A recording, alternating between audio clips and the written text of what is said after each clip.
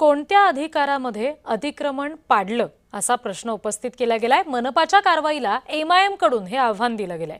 मतीन पटेलच्या घर आणि कार्यालयावरील कारवाई योग्यच असल्याचं संजय शिरसाट यांनी म्हटलेलं आहे।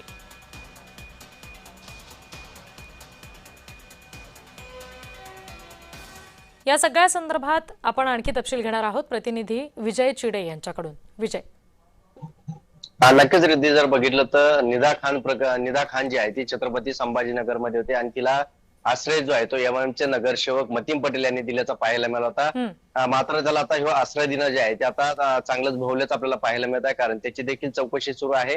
त्याचबरोबर निदा खानला ज्या घरामध्ये ठेवण्यात आलं होतं ते घर देखील अनधिकृत असल्याचं महानगरपालिकेने म्हणल्याचं आपल्याला पाहायला मिळत होतं। त्यामुळे त्याच्या घरावरती 3 दिवसापूर्वी महानगरपालिकेने नोटीस चिटकावली होती। त्या नोटिशीवरती 3 दिवसामध्ये खुलासा करावा अशा पद्धतीची नोटीस त्या ठिकाणी देण्यात आली होती। या घराचे कागदपत्र जे आहेत ते देण्यात यावे आणि त्याचबरोबर मतीन पटेलचं जे राहतं घर आहे त्याची देखील चौकशी जी आहे ती देखील कागदपत्र जे आहेत ते देखील त्या ठिकाणी मागितले होते। मात्र असमाधानकारक जे आहे ते उत्तर आले असल्यामुळे आता मतीन पटेल याचं राहतं घर, त्याचं कार्यालय, त्याचबरोबर निदा खानला ज्या घरामध्ये ठेवण्यात आलं होतं ते घर, तिन्ही घर जे आहेत ते महानगरपालिकेच्या पथकाने आता नास्तानाबूद केल्याचे पाहायला मिळत होते आणि त्यामुळे एमआयएम देखील आक्रमक झाल्याची पाहायला मिळाली।